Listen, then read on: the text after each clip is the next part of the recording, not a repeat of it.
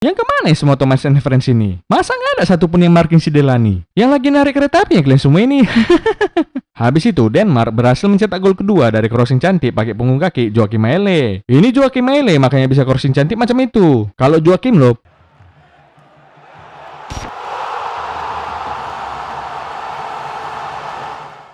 Oke kawan-kawan, hari ini aku mau cerita sedikit lah tentang babak 8 besar Euro 2020. Lalap Euro bang, Copa America nggak pernah kau bahas. Santai lah kalian biawa, ini kita bahas juga ya nanti, selalu lawak geng. Yang penting kalian ikuti aja jalan cerita video ini. Habiskan aja sisa waktu kalian hari ini buat nonton YouTube ya kan, gak usah kalian mandi-mandi. Kita mulai dari pertandingan Spanyol melawan Swiss. Kapten Swiss dari Arsenal si Granit Xhaka nggak bisa main karena kebanyakan golek kartu ini. Biawa, itu kartu Yu-Gi-Oh namanya. Pau kali si Cinol ini. sorry, kartu kuning maksudku. Sensi kali kalian kayak biawak bunting. Kita masuk ke jalannya pertandingan dulu ya kan. Spanyol berhasil unggul lewat tendangan Jordi Alba yang dibelokkan ke gawang sendiri sama Denis Zakaria. Emang agak membiawakkan kali ya di si Euro tahun ini. Lebih banyak gol bunuh diri yang tercipta daripada gol yang dicetak top skor. Untunglah Lord David Luiz orang Brazil jadi nggak bisa main di Euro. Coba kalau dia orang Eropa dan main pula di Euro, udah fix lah jadi top skor dia. Top skor bunuh diri tapinya. Habis babak pertama ya kan, dari segi permainan Spanyol mendominasi, tapi serangan yang dilakukan Swiss ke lini pertahanan Spanyol bikin serangan jantung fans Spanyol. Ini lagi si Aldo Morata, entah apa kerjanya. Bikin satu syutingan pun enggak. Auto digantilah sama Gerard Moreno. Biawa, itulah udah dikasih jadi hyper carry bukan yang ngebuff, malah AFK pula kau. Serangan demi serangan yang dibangun, Swiss akhirnya berhasil menyamakan skor lewat Shaqiri yang berhasil memanfaatkan umpan one-two bukan dari kawannya, tapi dari kepauan si Aymeric Laporte sama si Pau Torres inilah. Memang kalau udah si Lapet jumpa sama si Pau, ya kayak gini lah jadinya di kampung kami. Berselemak peak jadinya. Tapi kan ini si Shaqiri kok besar kali betisnya. Aku curiga, kurasa dipatok bangun Liverpool makanya sebesar ini. Habis itu si Remy Freuler di kartu merah setelah tackle keras ke Gerard Moreno. Ini kalau udah tapak sepatunya yang bergerigi itu kena ke kaki, biasanya udah pasti kena kartu merah. Iya 0 kartu merah itu kalau di Euro. Coba kalau di Indonesia paling cuma dikasih kartu kuningnya itu. Udah gitu wasitnya dikaratikit lagi sama pemain-pemainnya. Setelah kejadian ini, si Sommer dewa kali lah jadi kiper. Kurasa ada 10 kali penyelamatan dia di match ini. Dan terbukti, sampai babak extra time, skor pun masih tetap 1-1. Masuklah ke babak adu penalti ya kan? Si Busquets lah yang nendang untuk pertama kali. Bengak kali ya, ketiang pula dibikinnya. Habis itu, Gavranovic sama Olmo berhasil mengeksekusi penalti. Tapi datanglah si Skyer, pelan kali ditendang si biawak ini. Saking pelannya, nendang bola ke anak-anak macam ini pun gak bakal tumbang. Habis itu, Rodri sama Akanji pun sama-sama kurang pau ku tengok. Gak gol pula penaltinya. Habis itu, si Moreno berhasil bikin gol. Cuma datanglah si Vargas ini menghiguainkan diri pula penaltinya. Akhirnya Spanyol lolos dan Swiss pun terpongkeng. Itulah Swiss, makanya gak usah sok-sokan kalian ngalahin tim yang aku pegang. Coba tadi di pertandingan ini Prancis lawan Spanyol, ya tetap terpongkeng juga lah kurasa. Habis itu nangis-nangis lah si Vargas ini karena gagal penalti. Sampai harus dipeluk-peluk sama pelatihnya dia. Kurasa kayak gini lah dibilang pelatihnya sama dia. Udahlah deh, ngapailah kau mesti nangis? Kayak yakin kali kok kita jadi juara. Lolos lawan Prancis saya kemarin udah syukur. Slow aja lah, kita menang sama-sama, kalah juga sama-sama. Kau masih muda, masih panjang masa depanmu. Tapi saranku mulai besok kau gak usah main bola lagi ya. Beban negara ini kau soalnya. Next ke pertandingan Belgia versus Italia. Macam yang kalian tahu, aku megang Italia kemarin. Tapi peraturannya kan megang kebalikannya supaya Belgia yang lanjut. Dan terbukti memang Belgia yang lanjut. Lanjut pulang ke goa tapinya. Italia unggul duluan melalui gol Nicolo Barella. Tapi yang lucunya di proses gol ini, ya ini si biawak Immobile ini. Tengoklah, pura-pura kena pula dia. Tapi tiba-tiba kurasa di endotensi pula dia sama si Lingard. Langsung bisa ikut selebrasi sama Barella dengan muka poltaknya ini. Hah? Apa muka poltak bang? Muka polos tapi tak berotak.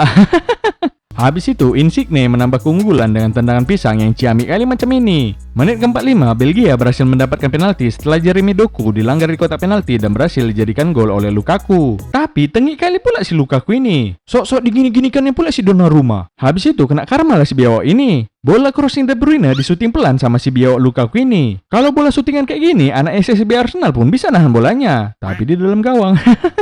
Final score Italia 2, Belgia 1.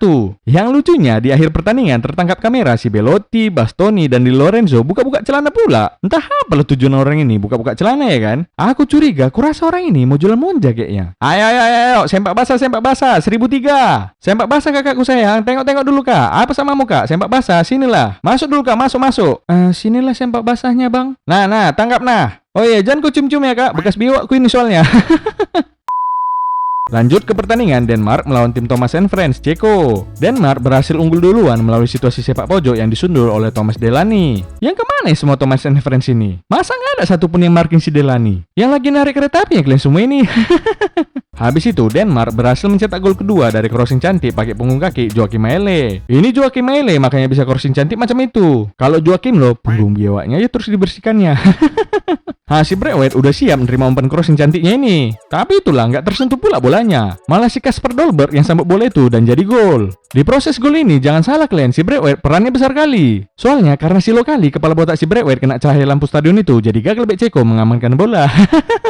Ceko juga berhasil membalas satu gol dari Patrick Schick. Tapi sampai habis pertandingan gak ada lagi gol tambahan tercipta. Denmark pun berhasil mengantongi satu tiket ke semifinal. Betul-betul jadi kuda hitam lah Denmark di tangan Lord Braithwaite. Memang paten kali lah Lord Braithwaite kita ini ya kan. Seenggak bergunanya dia, ada juga rupanya masih gunanya.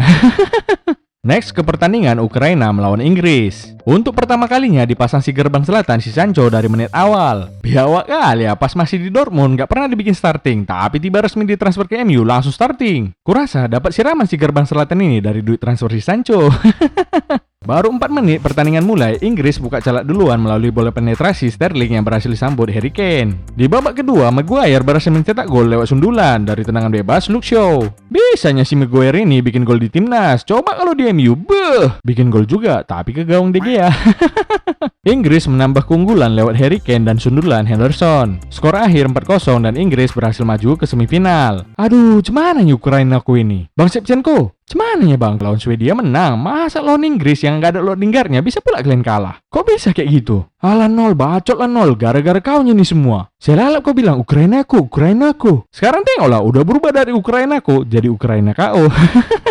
Oh iya, tahu kalian si Lingard dari kos-kosannya meriah kali nonton Inggris ini kemarin. Kalian dengar lah. Ngapain lah kau bilang rak kau di situ? Udah macam situ tinggos kerak kau tengok.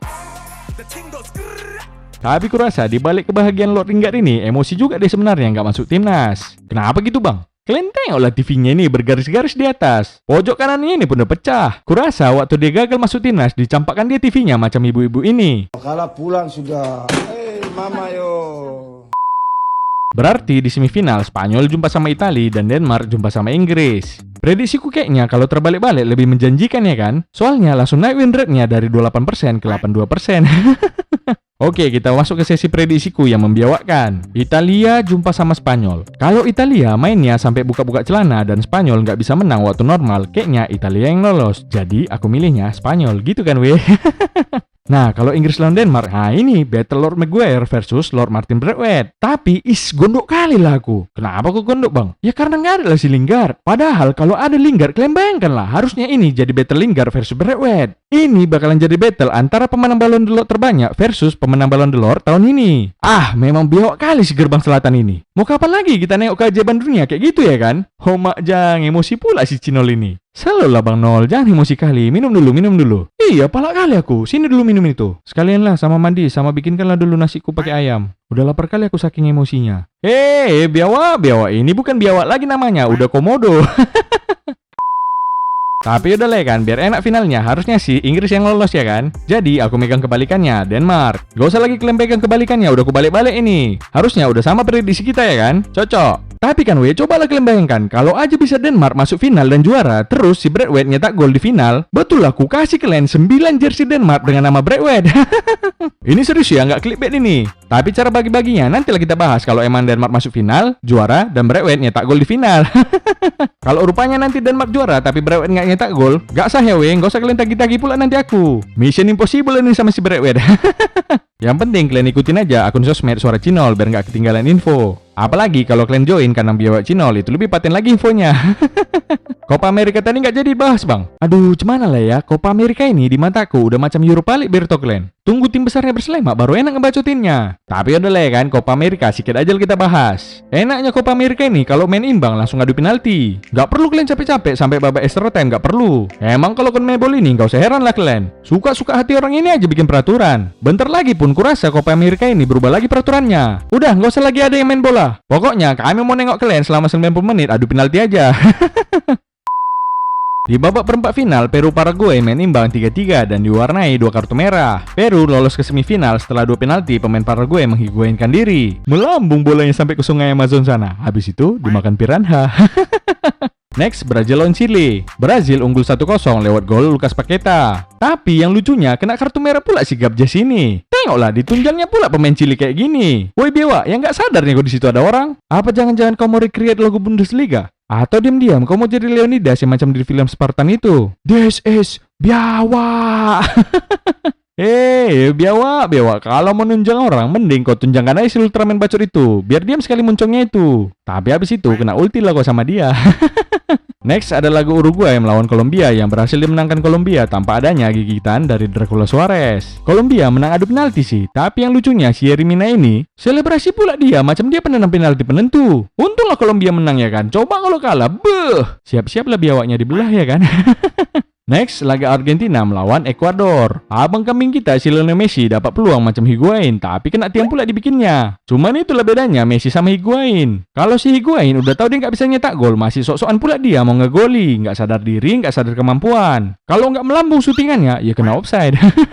Kalau Messi enggak. Di match ini langsung bikin 2 assist dia ke kawannya, si Rodrigo de Paul sama Lautaro Martinez. Ekuador pun udah pasrah aja ya kan. Si Di Maria lagi enak soloran di stop orang ini dan kena kartu merah. Kirain penalti, rupanya tendangan bebas ya kan. Tapi yang ngambil tendangan bebas si Messi pula. Makanan si Messi kali lah posisi kayak gini. Kalau Messi mending dia nendang free kick daripada nendang penalti. Lebih berbahaya free kicknya. Lagian kalau free kick nggak gol nggak dibacoti. Tapi kalau penalti nggak gol baru aibnya dibawa sampai mati.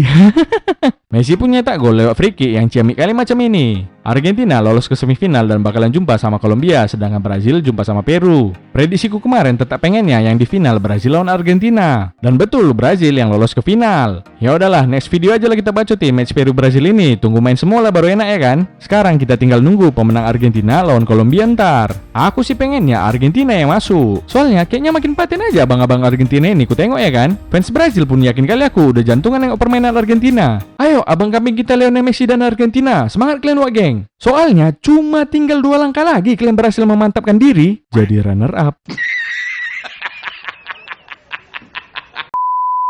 Ya udahlah, itu aja lah cerita dari aku. Udah dulu mau ke sungai dulu aku. Udah sakit kali perutku ini, pengen berak. Dadah wak geng.